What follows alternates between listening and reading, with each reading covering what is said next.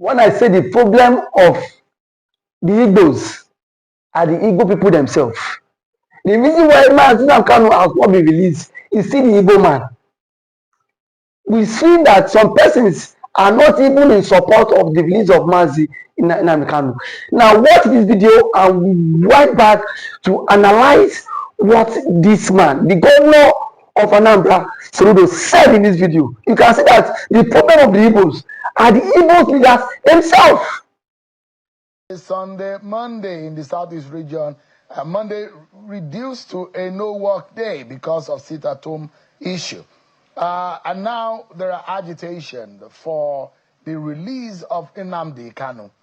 And I'd like to know, are you going to join, are you joining in that campaign for the president or the federal government to release Nnamdi Kanu? There will be protests in many parts of the country tomorrow, as we understand. What is your view about that protest and the agitation for the release of Nnamdi Kanu? Shell, I think we should be discussing Anambra and forthcoming election. That's what you said this program is all about. And you're not going to drag me, get me to, if you like, get us distracted from that focus. I get on to Monday sit-at-home thing, which is very unfortunate. We've made it very clear. People, if you are protesting or agitating for anything, you are holding yourself down by now killing your own people under the pretext of Monday sit-at-home. And I think even Nnamdi Kanu himself and his IPOB, at least on record in terms of press releases that were sent out by IPOB that they did not support the Monday sit-at-home. It was some criminal elements doing that. And we take them for their word that that's true, that they don't. And Monday sit-at-home thing is likely, you know, over here. With anybody sitting at home now is doing so out of his own preference, not because of insecurity, as it were, because everywhere is secured on Mondays, and as the case may be. As for those who are agitating or going to have demonstration or whatever, they have a right to do so. I mean, in a democracy, where everybody has freedom of expression, and you express have your freedom of expression in the way that you do so. I discussed the issue of release of Nnamdi Kanu, you know, several months upon assumption of office. And even on the day that the Ohanes and the Igbo had their Igbo there, I said, I mean, we needed to have a conversation because for me, I believe very strongly that, of course, the agitation thing and the position on you know, a separatist view of Igbo land. For me, as a full-blooded Igbo man, I don't believe that. But I want us to have a conversation. I've told, I said, why I need Nnamdi Kanu to come and sit with all of us, everybody else, because nobody has greater right than the other. We're all Igbos, and we're all entitled to our views. And those of them who want us out of Nigeria, we all sit in a room and debate it. Are we served better being out of Nigeria or within Nigeria? I am of the view that the Igbo man needs Nigeria, Nigeria needs the Igbo man. I'm of the view that the Igbo man needs Africa, Africa needs the Igbo man. I'm of the view that the Igbo man needs the world. We're in everybody's village, and an itinerant people cannot afford to be an intolerant people. That's my view. So, for those who are going on failed protests, I am governor of a state. Mine is to govern. Social activists do their own job. I do my own job. I've had my say, and in the way that I do so. And there is a process that obviously has to get through. And that is what I can say to you. You know, I speak very frankly. I have my opinion on this. Like I said, when Nnamdi Kanu comes out, because we believe ultimately, he will come out. And when he comes out, we are going to sit down around table and interrogate our alternative visions for Igbo land.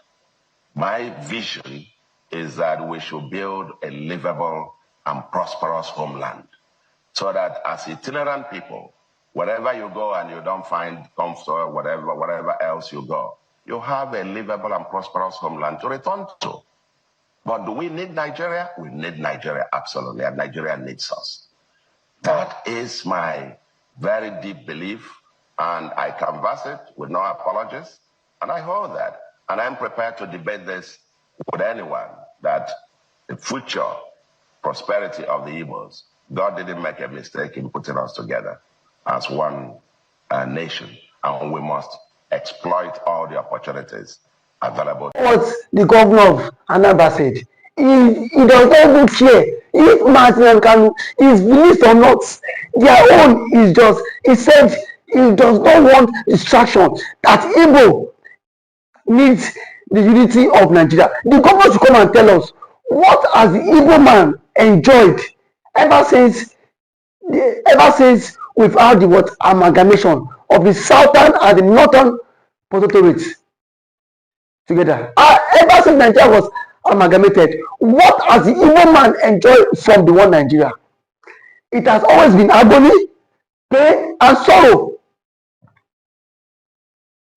The last time an Igbo man contested election, we saw what transpired. Every Nigerian knew what happened. The Igbo man has always been used as a scapegoat in this contraption called one Nigeria. Because those who are sympathizers of one Nigeria, those who are eating from the national cake, are now calling for the unity of one Nigeria. If Nigeria had not always been against the Igbo man, would Ojukwu have declared the Biafra war? Would Ojukwu declare the Biafra war? This was the same thing that happened, that triggered Ojukwu, that made him declared the Biafra war. Because the Igbos were heavily marginalized. When it comes to development, the Igbo is the least developed region in Nigeria. When it comes to appointments, the Igbos are still the least given presidential appointment, I mean key positions in Nigeria. I'm not saying it because I am not even an Igbo man. I am not even an Igbo man. But most times, when Shogore came and said that the people in that the governors in the southern part of the country does not want Mazi Nnamdi to be released, this is a very clear indication. For the likes of Soludo, only Mazi Nnamdi a distraction, saying he is more focused on his election. We know Mazi Kanu is so influential. His popularity is clear in these governors. We know those that like Kanu, and we know those that don't like Kanu. The only governor at this point that see I can exonerate and I can exempt from this is the governor of Abia State, which Alex Oti has been doing everything possible, pushing for the release of the Kanu. But you see the light of the governors, they will come out in public to say we are in support of Kanu. But in return at night, they will go meet Mr. President, don't release Kanu. They are the one keeping Kanu in detention. Let's not miss our words.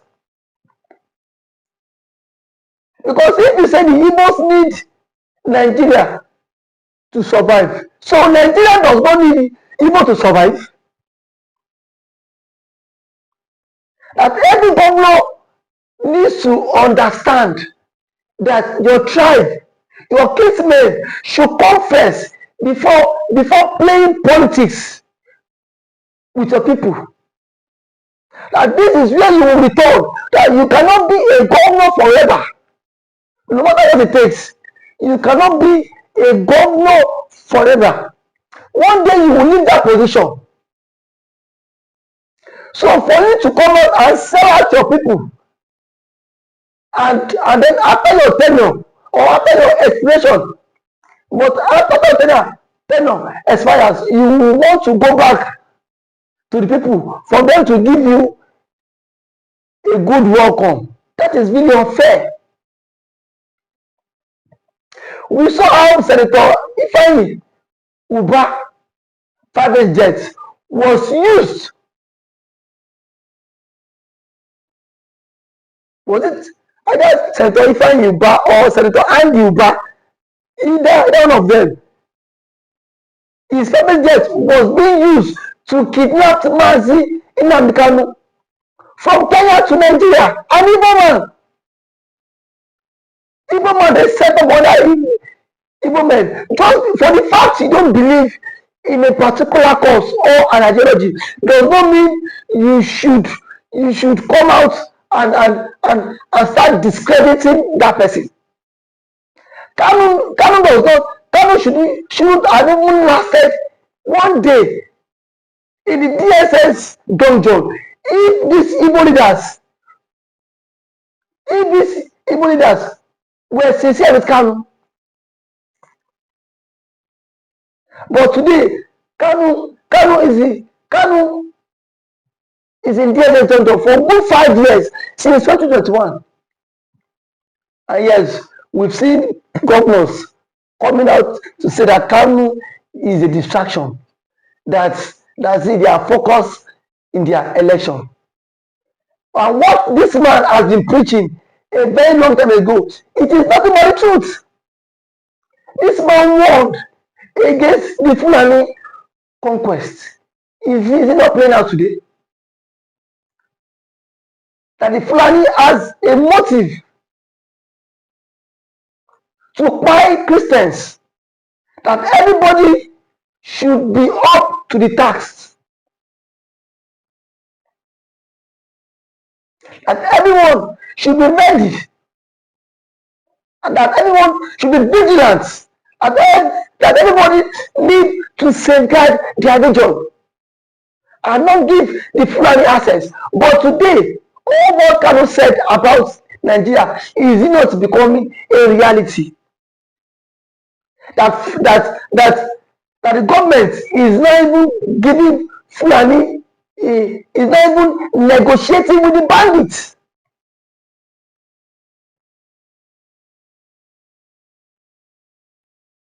And that's it. As a governor, you can not join matters with Kanu because the case is still in court. I am so disappointed the way some leaders, some Igbo leaders act. If it was a Fulani man that was in the DSS incarceration, I can beat my chest that all the Fulani governors will come out and speak in favor of that man, will persuade the government, will do everything for the possible release of the Fulani man.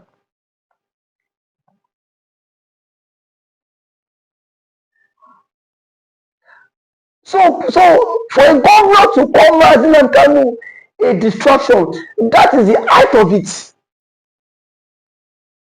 That is the height of it. Nobody is saying you should believe in Kanu's style. Nobody is saying you should believe in Kanu's ideology. Everybody has a different ideology. Mazi Kanu cannot champion the ideology the way Ojukwu championed it. Mazi Kanu cannot champion this ideology the way Simon Ekpa championed it and co. Kanu cannot champion it the way Ubazurike championed it. Every leader has their own style. But with all that is playing out in Southwest, I can beat my chest and say that the governors, some governors in Southwest does not want Kanu to be released. If a governor of Anambra State can come out to say a thing like this. That means this is what they have been saying during closed door meetings. That say they are focused in their elections. That if Kanu'S is in detention, it is none of our business. That the unity of Nigeria is sacsocrant to them. Who the unity of Nigeria help? It is unity of Nigeria putting food in their own table.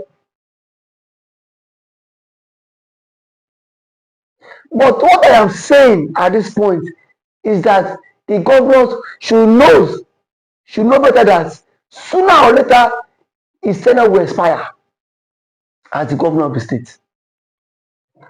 His tenure will expire as the governor of the state. The question will be, will people speak well of you when your tenure expire? Either you like it or not, Kanu will come out. But will people speak well of you when Kanu is out from detention? Because I've come to understand that everybody might not like you, but at any point in time, always do what you believe that is right. Do whatever you believe is right, whether people like you or not. That is something I have come to understand. And these governors are scared of Kanu's popularity. They are scared of Kanu's popularity, knowing fully well that Kanu is highly influential. And people of Southeast loves Kanu. And that is why they are doing everything possible to still keep Mazi Nnamdi Kanu in that contraption, in that DSS dungeon. But one thing they fail to understand is that what doesn't kill a man makes him strong. What doesn't kill him, what doesn't kill Kanu makes him stronger. Nelson Mandela was in prison for 27 years. And that did not deter him from fighting for freedom for his people. From fighting for freedom for his people. Today, I can beat my chest that no matter what the government is doing, Kanu is becoming more popular every now and then. Kanu is becoming more popular. And the government is giving Kanu more popularity, more visibility, and more attention by keeping Mazi Nnamdi Kanu in detention unlawfully. And we know this game because one Nigeria is an estate that is meant for some people to milk it, for some people to make gains. That is why they are doing everything possible to frustrate Mazi Nnamdi Kanu. Anyone who speaks about division will be dealt with. That is the current situation Kanu has found himself. But the question is, how long can we continue to deceive ourselves? Like it or leave it. Like it or leave it. One day, freedom will be achieved. One day, freedom will be achieved. One day, the people will rise up and tell the government enough is enough. Enough of all these oppressions. That day might be tomorrow.